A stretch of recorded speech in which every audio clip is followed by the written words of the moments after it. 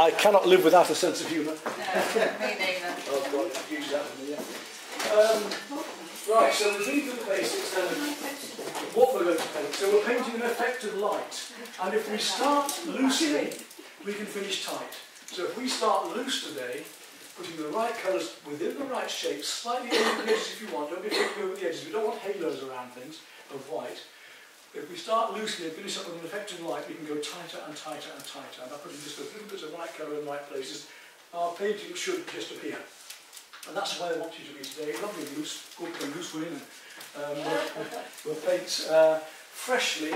Now, next colours. Let's have a look at this, because when art societies normally ask me to do this, they say, what colours are we going to need, Pete? And I have to then give them a whole list of exact colours. But let's look at, now, every single colour has a hue.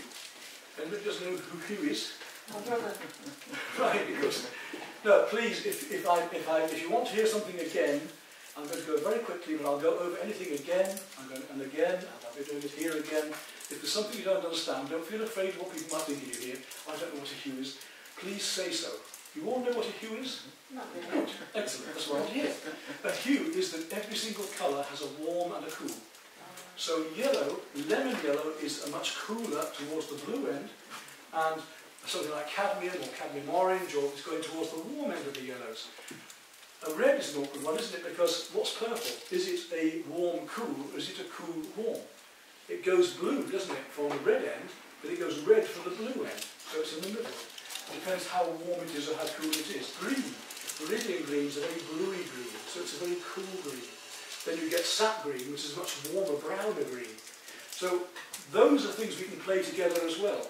Warm against cool, light against dark, rough against smooth in our painting. We shan't be doing too much texture today. It is possible to use sponges with acrylics, but not with oil so much. If you try getting a sponge clean from oil paint afterwards with turps, it's a mess. But we can use sponges with acrylics. We could even do that with a sponge rather than brushes, or we can use a broken brush technique, a rougher brush and old brush. I only keep those basic sets of brushes for my oils and acrylics. With watercolours, I've got 2 sets of brushes, because there are so many ways of using. I think brushwork is so important with watercolour.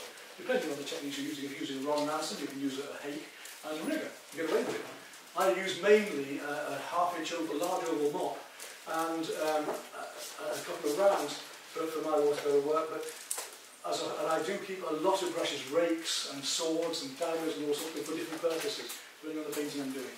In here, we're going to get away with, probably, as I say, I'm going to start off with a half-inch filbert. And I'll probably do most of this painting with that. The standard regulation, the standard rule is we work from our larger brushes down to our smaller. So we work from the bigger areas and we finish with the details. That's what we're going to be doing today. So brush size, yes, we'll start with about that on this size canvas. If I was doing a big one like this, I might be starting with a brush that size and then working my way down. So if we look at warm and cool colours here, that is a cool blue. It's a turquoise, isn't it? Whereas if I come down to this, it's a warm blue, it's an ultramarine. Let's run through a few of the colours we're going to need. To make that turquoise even more turquoise, if I had turquoise or cerulean, then I would add a bit of lemon yellow to it. And that would make that even more that colour than you would think from the turquoise in your palette. The colours in a printer, magenta and what's the... Cyan. That's right, SYCM. They give you pure mixes. If you mix cadmium red and blue to get a purple, you'll end up with a browny colour. If you mix the cyan and the magenta together, you'll get a proper purple. So this is something we're going to have to realise in something like this. Magenta is a pretty vital colour, and here we can get away with the cadmium red, but we may need to be using a bit of magenta into it to get this slightly pinker colour. Here we're down to, there's so many ways you could paint this, but here we're down to alizarin crimson, or you could be going more towards the burnt sienna or red, or Linden red more. Down here the same. We've got burnt sienna there with a little bit of magenta going on. We've got certainly magenta there on that edge. Purple's another lovely colour. Again, if you've got the colour purple already mixed, it can be very, very useful today. Magenta up here, a little touch of lemon yellow. The greens up here could be made with lemon yellow, and the cooler green could be made with a little bit of cerulean or turquoise. The warmer green could be made with ultramarine and a little touch even of watercolour, raw sienna is nicer than burnt sienna because it's more transparent. And have you used the difference between lemon yellow and Oreonian yellow in watercolour, you watercolourists? Oreonian yellow is a much nicer yellow. Hazel Selwyn introduced me to that years ago, but it's a lovely transparent yellow. But the colour you can't mix is cobalt violet. If you've never tried that, beautiful. And again, if you need the turquoise in watercolour, it's a beautiful colour to have. So we're going to start with these mid-tones then. We'll probably start around here on these reds. So I'm going to work on some cadmium red here probably first of all. Let's look what I've got here. What I'm going to do is, I'll take my colours as I go. This is my message. I can't just do too much of it. Just a quick idea of my colour. See, they all blend together. I don't worry much about that. I've been using this over and over again, and that will last me. I'll just keep topping that. I might have to change it once in the next 4 months. It keeps wet like that. So cadmium red, let's just see. Can you just repeat how you made that? Palette, yeah. A simple sandwich box, but get a deep one, not the thin one, or the paint starts touching the lid. Plastic sandwich box. And put 2 sheets of kitchen roll of kitchen paper in the bottom. That's the ordinary tissue. And you don't have to, but it's better to put then a sheet of tissue or kitchen paper or tracing paper on top, because otherwise it starts getting furry. On top of the kitchen paper? Yeah, yeah. So for paper towel in the bottom, 2 layers paper towel. It's like baking. Yeah, that's it, yeah. Which is the same basically, and that's what we've used for that tracing paper. I couldn't find it, so it's the same. But that will just stop the paper getting ruffled on top from the paint. And then soak it well. And then all your paint's the So same. your paint's actually going on the pad? On top. On the pad? On the pad. Yeah. So you have to soak the tissue rather Is than there only one? It doesn't matter. The parts we want in water or not anyway. No, quite. So you have to do the water. You just pour the water, literally pour the water. You still want to? Don't worry about getting technical or easy in life. Relax, chill man. You know, just pour it in the water. When I come to the end, if it starts drying out, I tend to lift a corner and just pour down the corners, and it soaks in that way. Right, let's have a look at these warm and cool reds. Right, I'm going to take my half inch, so I just need a bit of cadmium. Oh yes, right, that's a cadmium red. It's pretty dark, isn't it? Maybe too dark. Let's look at now as I'm going to go towards the magenta now. Give a deep magenta. Look at the difference in those 2 reds. So this is a cooler red. This is a warmer red. So cadmium red, deep magenta. I want a much brighter red here, look, and that cooler red there.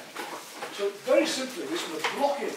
I'm going to take that slightly warmer magenta and very, very quickly just plaster it on. We're going to be painting so quickly and so easy today, but it's having the right colours for the right. So once your drawing is right, we're going to plaster this in. This is the same as I'm working on plein air. I prefer painting in reality. I prefer painting in plein air because you're pushed more, there's much more excitement, the atmosphere. Now you see, filbert brush, I can use it sideways, like this, I can come along sideways like that, or I can use it flat like that. That's the beauty of the filbert. Either way, keep your paint thick, plaster it on. Now we shall be doing some glazing techniques today, we shall be using some dry brush, but for the moment I just want to get this paint on. Now, if the brush is too stiff, we'll lift the paint off. So if I use a stiff brush, it would lift this paint off. I'm just tickling it on. That would just almost the weight of the brush. Normally, if I'm painting out of doors, I'll be doing it at this sort of distance. I'm just going to come here and just, with the side of the brush, just to level it out. Now I can blend paint into that while it's still dry. One of the difficulties with acrylic paints is they dry so fast. So if you're painting a sky, as you probably know with acrylics, you get halfway through it, you find it's drying over there before you can blend the clouds in or whatever. So there is that slight problem. But let's go right way up there, taking this slightly cooler magenta. And I'm just painting my numbers, I'm just filling in these shapes. Tip of the brush, look how fine we can go with that tip of that brush. Make the brush thinner, and just you can on baking paper palette. So as with a round brush, you can flatten a round brush out to do a fine line. So if I want to, I'm just going to demonstrate, I can come right down to quite a fine line with that one brush. Just by flattening the brush out, the same with the round brush. So brush skills. Now let's go to that very bright red. We'll do a bit of that just over here. And we'll do from that to that straight away. There's a very warm compared to cool. We don't notice that until we put one next to the other. What red is that second one? The second one is the cadmium red. Cadmium. Let's go a little bit brighter still. I'll show you about the warmer. I'm going to take a little bit of cadmium orange now, a deep cadmium orange. Just put a little bit of that onto it as well. There's a little difference in that. Now, one colour next to another can make a whole difference. I was painting a scene of Bridlington Harbour years ago, and I wanted to see bright orange sunlight. I was putting plastering more and more yellow and more. I couldn't get it. Now, what am I doing? This is the stupid part. You paint the opposites. So if you want something warmer, paint something cooler next to it, not something more and more warm. And the cooler next to it will make it look warmer. So it's light next to dark, warm next to cool, rough next to smooth. Like I said, I'm going to keep repeating these things so they're in your head. What you think is wrong in your painting may not be the wrong thing. It could be something nearby. So often I go to someone's painting, I can't get this right. Change that. Oh wow. Because that one colour changes everything to make something seem cooler or warmer or. So there we have. Now, here we've got a very light, cool yellow look. How would we make that? How cool is it? It could be white and lemon yellow, but there's that slight warmth to it. So what I'm going to deliberately do now is just show you the difference in those warms and cools, even in the yellows. Because I want you to learn about this business of the colour hues. I'm going to take some neat yellow ochre at first. So this is just pure yellow ochre. Like I say,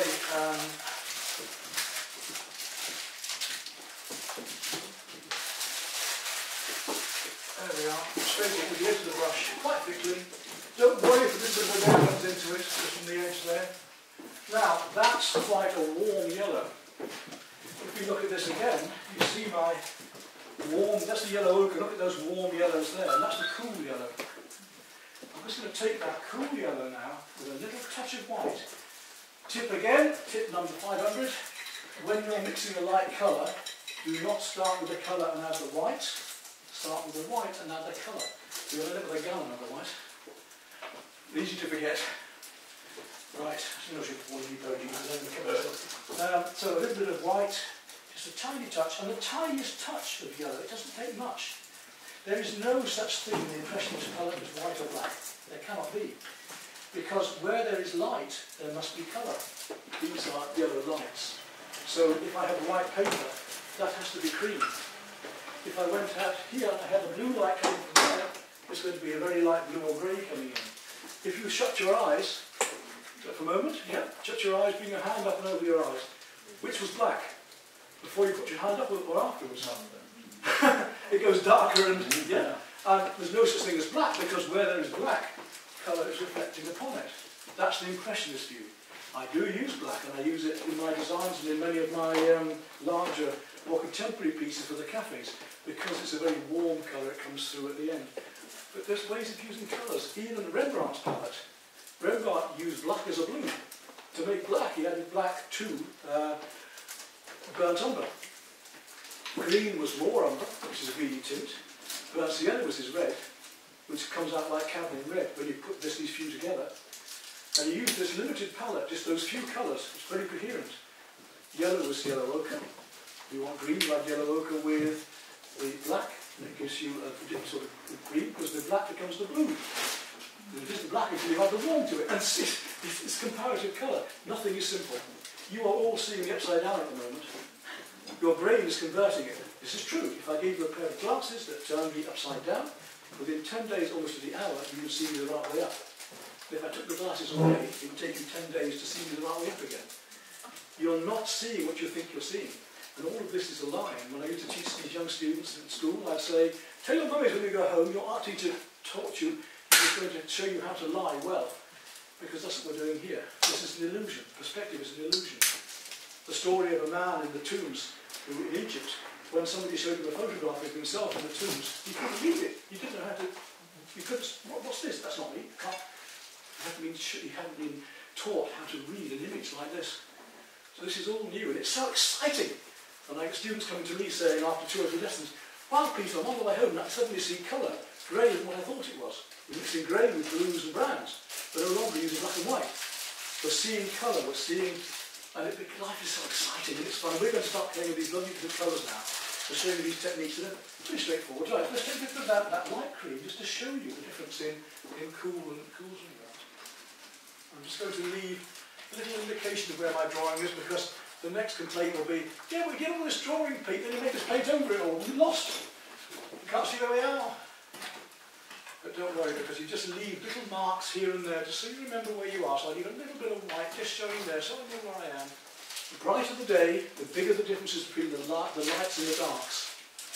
Yep. Dull day like this, and there's very little shadow, is there? It's almost similar tones. Bright day, so if I wanted a really bright beach, I would paint darks and lights, but I'd also paint much stronger colours from the colour hues. I'd be using bright yellows for the beach and purples for the shadows, opposites in the colour circle to make it work.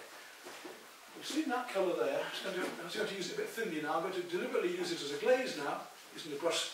You know how versatile these brushes are. We can just have a little bit less paint on the brush, and I can use it when I scumble it on. And come down to there, really start to feel how cool that is compared to that. Because the Prussian is so dark, it goes beyond the purple. I'll put a bit of that just down this edge here, the difference to it. One colour against another, you get these lovely forms happening. It's got a vibrance to it, so I can do it with purple, or I'm going to try a little bit of, now this is pure ultramarine, just to show you how the colours can sing here. A bit of ultramarine around there. Look at that blue works there. Now take a bit of purple, deep purple. This is just for fun, just to show you the differences of the deep purple in the shadow. And when we get the other colours against it, we'll start to like, what we're doing is painting in blocks, one thing over, next to another. So should we have a go at that first? Look at the different forms, and when we've got the colours, kind of mix in my mind, we can dip your paint, your brush into my palette if you want. I'm here to help. One thing at a time then, let's look at these different colour hues, the warm colours up there. It's fun. Have fun with colour. Well, what do you like? Right. Yeah. And then we use an ordinary can. Yeah.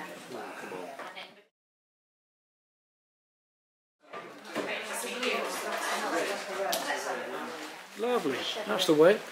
That's right. Look at the shadows with the cool, the purples and the different reds and the oranges just touching, but how one simple bit of colour can change it. So again, just blocking colour in. Take my Stay Wet palette lid off. Same brush, 1/2-inch filbert, and I mix up a fair amount of it. So I'm going to take this time some ultramarine blue, a little touch of yellow ochre just to give it that greener tint, and a wee touch of a warm magenta into that just to warm it up a bit. Let's see what that does. If you want to see my palette, you can see I'm actually mixing here, you can see the colour.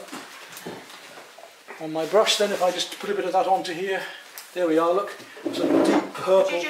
So that was ultramarine, a little touch of yellow ochre and a wee bit of magenta, and it gives me that lovely glow there. And I'm going to paint right up to here. Now, another rule is, and every rule is there to meant to be broken, so nothing is in stone. Hopefully you'll do the medium tones first. Yeah. So this is a medium look. Is that a medium yeah, tone, is it? That's a dark, isn't it? Okay. Yep. Okay. Yeah. No, you're quite right, I am. I'm working all my mediums right down through to the darkest. So this is a light, these are all sort of going towards the light. So I'm doing all of these first here. Okay. And then I'm going to do these afterwards, okay? Now I'm trying to play it. Right, yeah, what I was saying was, when the colour is on your brush, and this is watercolourists are famous for this, watercolourists mix a colour, and then they go back to use it again, and they're still doing it, and they wash the brush. Go into the paint they mix, and it thins it down, it gets thinner and thinner and thinner. Don't keep with that paint. When that colour is on your brush, if you see it anywhere else, so for instance, I want to put some colour over here a bit later, but I'm going to it's up here as well. So when it's on my brush, and it's already mixed, this means that the whole painting is keeping going at the same pace. We aren't finishing any one bit. I probably finish that more than I normally would. That is my slightly green tint, then a wee touch of the deeper magenta red for the purple. And I'm going to change this colour as I come across slightly. So here we go down with that. It's still quite light. I'm going to go darker than this yet, the darker colours, just down the edge of that chair. See where it is still. Look, I'll let that chair come right down to here. Don't worry about painting exact feet in or anything like that. We're just going to indicate things. We're just going to make them. Just going to indicate them. And as I come down here, it's a little bit lighter. I'm taking, you know that lovely pink I was telling you about? I'm going to take a little bit of this smashing pink and just add a bit of that to it. Just there. Look, that's that light blue turquoise. Sorry, light blue magenta colour that. That's this stem coming down there. That's this colour here, underneath his arm, wherever it is now, wherever I see it. So I thought you changed it with no, I had the previous colour, and I went back and added some of that light. Yeah. And then I've gone back to the original to continue this through, and it's because the other colour's still on my brush, it's a fraction lighter, isn't it? Here, right down through here. What was the original colour again? The original colour was ultramarine. Ultramarine. Ultramarine, a little touch of yellow ochre, and a wee touch of the magenta red. Now I'm just going to show you the difference in that in a moment. Now I need to go slightly darker here, look.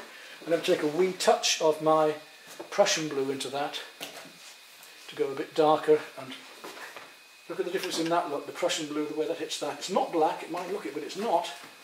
Just little brush strokes to give the texture of the surface of the cement work or stone work down there. Yeah, from there you can see it, look. Yeah. But that looks like black, doesn't it, when it's on there? But up here, and I'm going to show you that deliberately. Let's just take these trousers now. I'm going to take some pure Prussian blue onto these trousers. Go really dark just here, just to give you an idea of how it works. This is Prussian blue, and it needs to be a bit bluer still. It's not blue enough. So I'm going to add into that Prussian blue in a moment. There's that Prussian blue, and a wee touch of brown in it as well, I've got a feeling, because I think it's mixed a bit. That's Prussian blue. I think a bit of brown mixed into it, which it should have done. Just blocking this colour in now. Take some of my ultramarine, and I put that onto here, just to make that blue. And I'm just going to lay it over the top, and just blend it in, just to give that feeling of the blue there. It won't happen right now, but it will happen as we go on. So underneath there, just down here, wherever that colour is, wherever I see it, at the end of it all, you think, wow, hang on, you know, just now that was just a bit of white board, and now suddenly, right, a little touch, as we go along, we can tint the colour slightly. So I'm taking a little bit more magenta into that same colour, and just making it a bit warmer there. Look, you see here? Just there. This same colour here, if I take the same colour, I don't want to go too far because, you know, you've got to catch up, but I'm putting that same magenta warmth onto here. So I just added, well, same colour, but I've just added a little bit more warmth into it, just to tint it. And then I'd have to find wherever that goes everywhere and down here. Now taking that warmer, I'm going to take the mid. This is just so I can show you how these colours will work one to another. Again, little touch of the cadmium hue. I'm just going to bring that line of the cadmium hue just gently, thinly. This is this cadmium hue then, good old hue, slightly deeper red. There's a line going across here, look. And it's slightly warm, it's not quite as purple as that. Through to here, here, here, here. Even these branches down here, look, I've got to take the same colour. And I've got to come in there, use a bit more water if you want, but you've got to get all of these, wherever you see them, you do them now, alright? Yep. Next stage. Oh, it's concentration. Now, listen to that silence. Wow.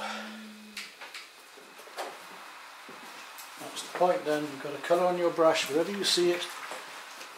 Cover this white board, get rid of this white board as soon as we can with all of the correct colours. Right, if you quick look at mine again, and you see some of these dark tones now, you can start to see people's heads and faces, light against the dark, warm against the cool, simply by painting in these right shapes and colours. It will just appear. Don't worry about eyes and nose and dotting I's and crossing T's. Just the basic shapes at first. Wherever you see those colours, where you started them, you just put them in. As long as your drawing is something like right, it will start to look like the real thing.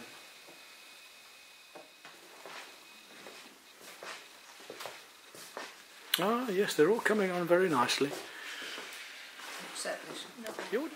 That's the thing with the drawing, like I was saying, now we've got to get all the right shapes and the right colours, and that's the most difficult part. When you put the other colour on, it isn't going to look right. So don't make the wrong one here, you know. Complicated picture to do in this time.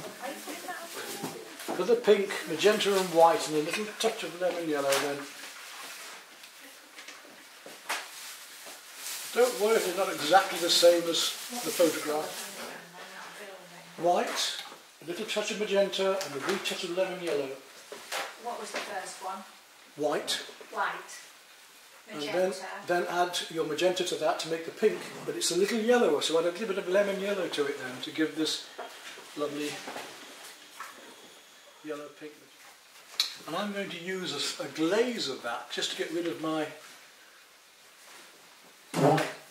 white board up here. So I'm going to thin that same pink down and just put a thin glaze of it right the way across here.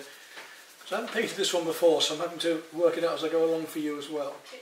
It is, and that's why it's better on a smaller scale, but as long as we just get all of these shapes basically in the right colours, it will work. Right, you've already painted those darks of those trees in. Before we do the trees, let's do the sky. If you've got that turquoise, now is the time to use it. So again, for the sky, take some white, clean on your brush, and a little touch of the turquoise.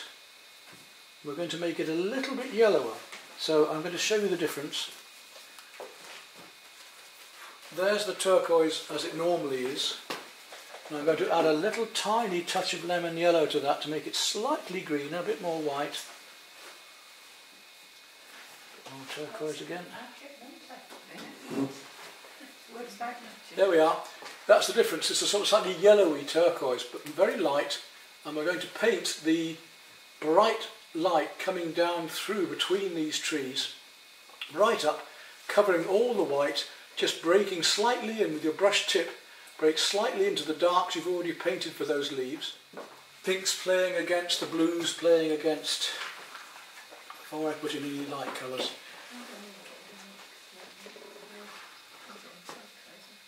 I'm going to come round to all in a minute and just catch up with you. Right. That was the turquoise with white and a little bit of lemon yellow. Now I want a green. Now I can mix the green with the turquoise and the yellow if I want. So I'm going to take some lemon yellow and a little bit of that turquoise. So this is lemon yellow, a little bit of turquoise to make this lovely light sunshine green coming through the back here. Little tiny brush strokes, the tip of my brush, filling in those bits of white where I've left. Right, ultramarine and a little bit of the yellow ochre to make a deeper, warmer green.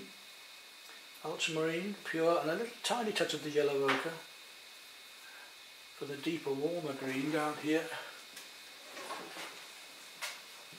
Could use green, if you've got sap green or something you want to use it, well, that's fine. There's a tremendous amount going on. But I'm pushing you on because you've only got an hour left and I want to really get you moving now. Sorry. Establish it, just remember, with the colours on your brush, use it. That's the main thing. Yeah, there's so much to do, yes. I'm trying to keep up. This is it. It is a lot to try and keep up with. Now, if you want that guy on the left with the yellow coat on, and this is the thing with painting gold and silver. When you paint gold and silver objects or reflections in glass, you don't go using gold and silver paint. When you're painting something fluorescent, you don't go using fluorescent paint. We do it by the colour circle and lights and darks. So we would paint something very dull around a bright colour to make the bright colour seem fluorescent. When we're painting reflections of gold and silver, we're painting those colours that we see on the gold and silver, the various cool and warm greys or golden yellows or oranges. We're not using gold paint. This is the same with him. Now, the outside of his coat is a very bright lemon yellow or chrome yellow and white, but his actual coat isn't actually that brighter yellow. It's only just off a mixture of chrome yellow and yellow ochre, but with a bit of white. So let's just see what I can mix up with that. I'm going to take some chrome yellow, a wee touch of white. I'm just going to put that on there to show you what I mean. It's going to be too strong. But just here is this figure, and you see that is far too bright. So if I take that down a bit with a wee bit of yellow ochre, it's not as bright as you think. if you can see it from there, because you're a long way away from me, but it's more that. It's just, there's a little bit of yellow ochre in it, look, and it looks quite bright there. So that one little bit of yellow, the chrome yellow and white, but I've taken it down a little bit with the yellow ochre, a couple of blobs, and there we have a little figure. Now we're suddenly painting with light. It's wonderful.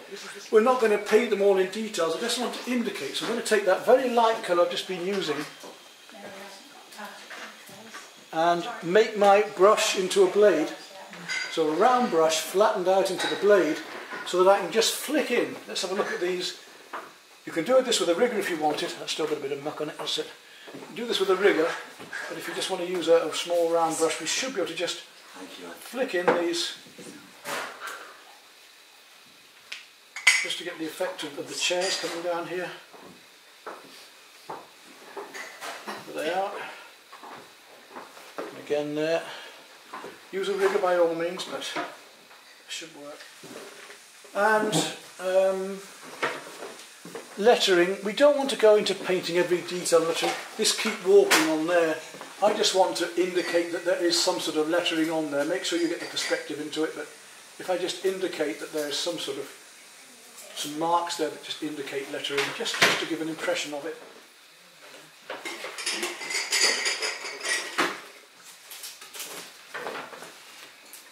Right, you've got half an hour left to try and get as far as you can towards that effect, if that's what you would like.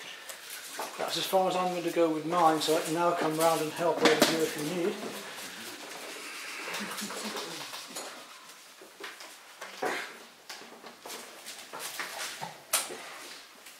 Good, yeah. Very nice.